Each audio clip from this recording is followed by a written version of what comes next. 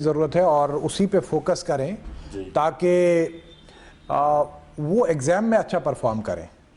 Exam में जितना अच्छा परफॉर्म करेंगे उतना जो है वो उनके चांसेस, उनके प्रॉस्पेक्ट्स जो है वो बढ़ जाएंगे। जी खालिद, अब हम देख रहे हैं कि क्लास 4 के एग्ज़ाम कंडक्ट आप करवा रहे हो और इसमें मुझे लगता है कि पोस्ट ग्रेजुएट लोगों ने भी अप्लाई किया होगा।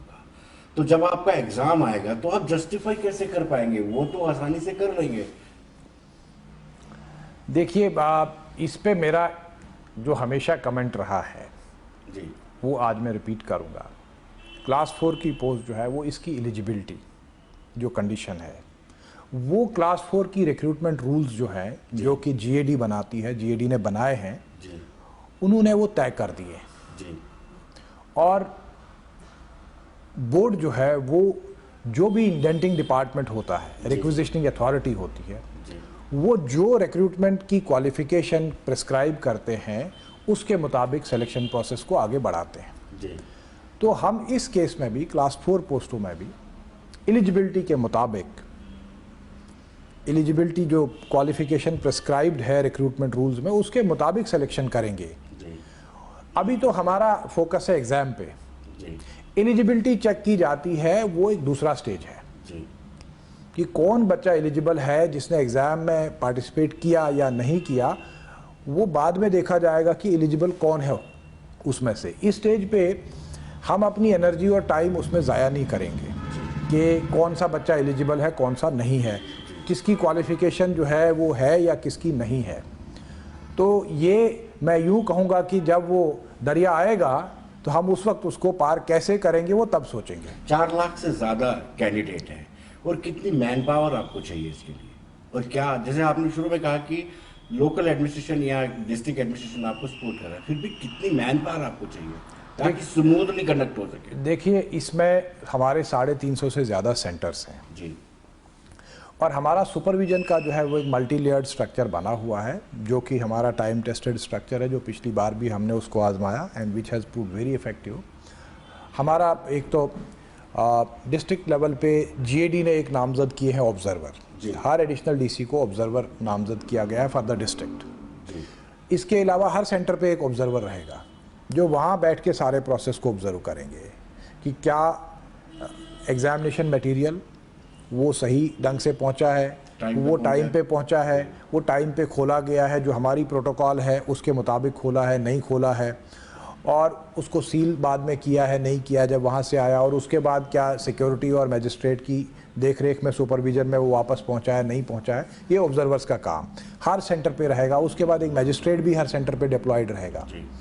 इसके बाद हर सेंटर पे जो है वो एक सुपरिंटेंडेंट होगा और उसके साथ इन्विजिलेटरी स्टाफ होगा। तो इसमें जो है वो लगभग 20,000 के करीब सारा जो है वो हमारा अमला जो काम करेगा, वो सारे लोग मिल के जो है इस एग्ज़ाम प्रोसेस को कंडक्ट करेंगे। 20,000 के करीब लोग, क्योंकि इसमें तादाद जो कैंडिडेट्स की है वो बहुत ज़्यादा है। तो ये जो हमारा एग्ज़ामिनेशन है इसमें मैन पावर की जो डिप्लॉयमेंट है वो डिस्ट्रिक्ट्स में होती है, क्योंकि मैन पावर सारी जो है वो डीसी साहिबान के पास है। एजुकेशन डिपार्टमेंट या हायर एजुकेशन डिपार्टमेंट से लोगों को जो है वो इसमें ड्राफ्ट किया जाता है, लिया जाता है, उनको डिप्लॉय किया जाता है। मैजिस्ट्रेट सीनियर अफसरों को लगाया जाता है, ऑब्जर्वर सीनियर अफसरों को लगाया जाता है। फिर डिस्ट्रिक्ट के ऑब्जर्वर जो है वो वैसे ही हमारे एडीसी साहिबान हैं। एडीसी साहिबान पूरी तरह से इस प्रोसेस में जो है वो इन्वॉल्व हैं। तो इस तरह से एक बहुत बड़ा एक अरेंजमेंट है ये छोटा अरेंजमेंट नहीं है, जिसमें कि हज़ारों गवर्नमेंट एम्प्लॉयज़ जो है वो इस प्रोसेस को कंडक्ट करने में अपना योगदान देंगे। खालिद, क्या ऐसा प्रोविजन रहता है, प्रावधान रहता है कि अगर आपको लगे कि किसी सेंटर में चीटिंग हुई है, उसी सेंटर का दोबारा से एग्जाम करवाया जा सके, ऐसा प्रोविजन आपने रखा है?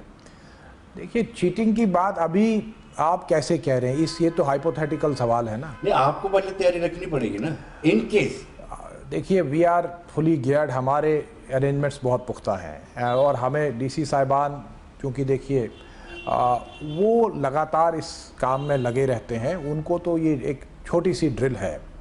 वो इन एक्सरसाइजेज़ को, इस तरह के बड़े बड़े टास्क को कंडक्ट करते रहते हैं। और हमारी ट्रेनिंग पार्ट जो है, जो हमारा इन्विजिलेटरी स्टाफ है, वो पिछले 4-5 दिन से चल रहा है, चाहे सेंटर सुपरिंटेंडेंट है या इन्विजिलेटर्स हैं या ऑब्जर्वर्स हैं, सबको ट्रेन किया जा रहा है, उनको डूज एंड डोंट्स बताए जा रहे हैं डिस्ट्रिक्टों में।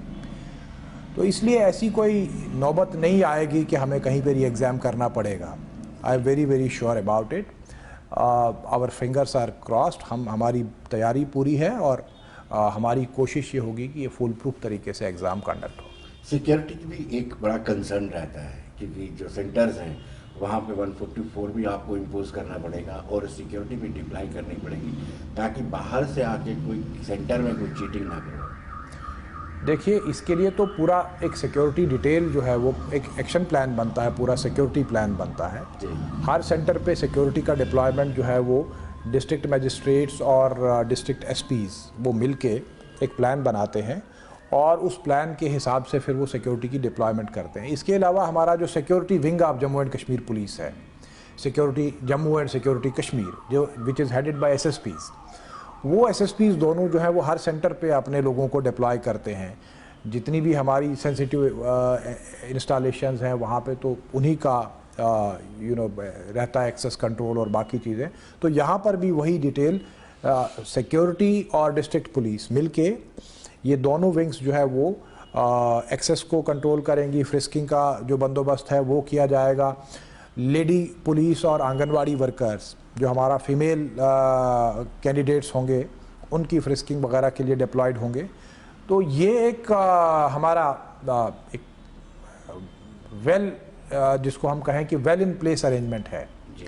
हमारा जो सिक्योरिटी का प्लान है वो सारा तैयार है और उसमें मुझे नहीं लगता है कि कोई कमी कोताही रहेगी। कोविड-19 अभी ख़त्म तो नहीं हुआ है, उसको लेकर के एसओपी पूरा फॉलो किया जाए? बिल्कुल, हमने पहले ऐसे हल्के में ना लिया जाए क्योंकि अब थोड़े केसेस कम आ रहे थे। देखिए विनोद जी, इस एग्ज़ाम या इससे पहले वाला एग्ज़ाम जो है वो हमारी जो गाइडलाइंस हैं वो बहुत क्लियर हैं कि कोविड के जो प्रोटोकॉल्स हैं उनको पूरा फॉलो करना है, डिस्टेंस रखना है, मास्क पहनना है। वो बच्चों को भी हमने बताया और रिपीटेडली हमने नोटिस निकाले हैं।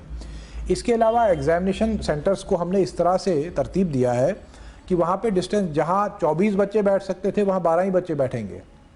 तो वो इसलिए कि हमने डिस्टेंस को पूरा डबल जो है वो डिस्टेंस को किया है और कैपेसिटी आधी हो गई है।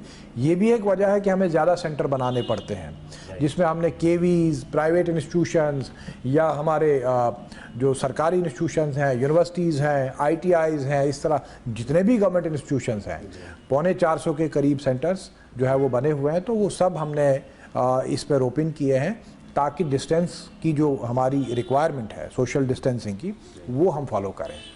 खाली सीज़फायर वायलेशन लगातार हो रहा है और आपके सेंटर्स उन स्टेट्स में और डिस्ट्रिक्ट्स में भी होंगे जो बिल्कुल ट्विंस डिस्ट्रिक्ट माने जाते, पुंछ, राजौरी, एलओसी हो, आईपी हो या कश्मीर में हो। क्या कुछ ऐसे सेंटर्स भी जो हाइपर सेंसिटिव आपने चिन्हित किए हैं और ज़रूरत पड़ने पर उनको मूव भी किया जा सकता है, वहाँ से हटाया भी जा सकता है? देखिए, हमने पहले ही कोशिश की है कि सेंटर्स को जो है वो काफ़ी पीछे बनाया जाए। कोई भी ऐसा सेंटर जो है वो बहुत ज़्यादा नज़दीक नहीं है। हमारी ये कोशिश रही है एंड लेट अस होप के एग्ज़ाम जो है वो उन सेंटर्स में विदाउट एनी इंटरप्शन जो है हमारे 3 दिन का जो एग्ज़ाम है वो हो जाए। और इस बार जो हमने कोशिश की है कि सेंटर्स को जो है ज़्यादातर टाउन्स में ही रखा है, इसीलिए हमने इसको 3 पार्ट्स में ब्रेक किया है। वरना अगर हमें एक ही बार या 2 बार में करना होता तो फिर बहुत ज़्यादा सेंटर्स बन जाते, क्योंकि 4 लाख हमारी जो है कैपेसिटी, 4 लाख से ज़्यादा की कैपेसिटी रिक्वायरमेंट थी।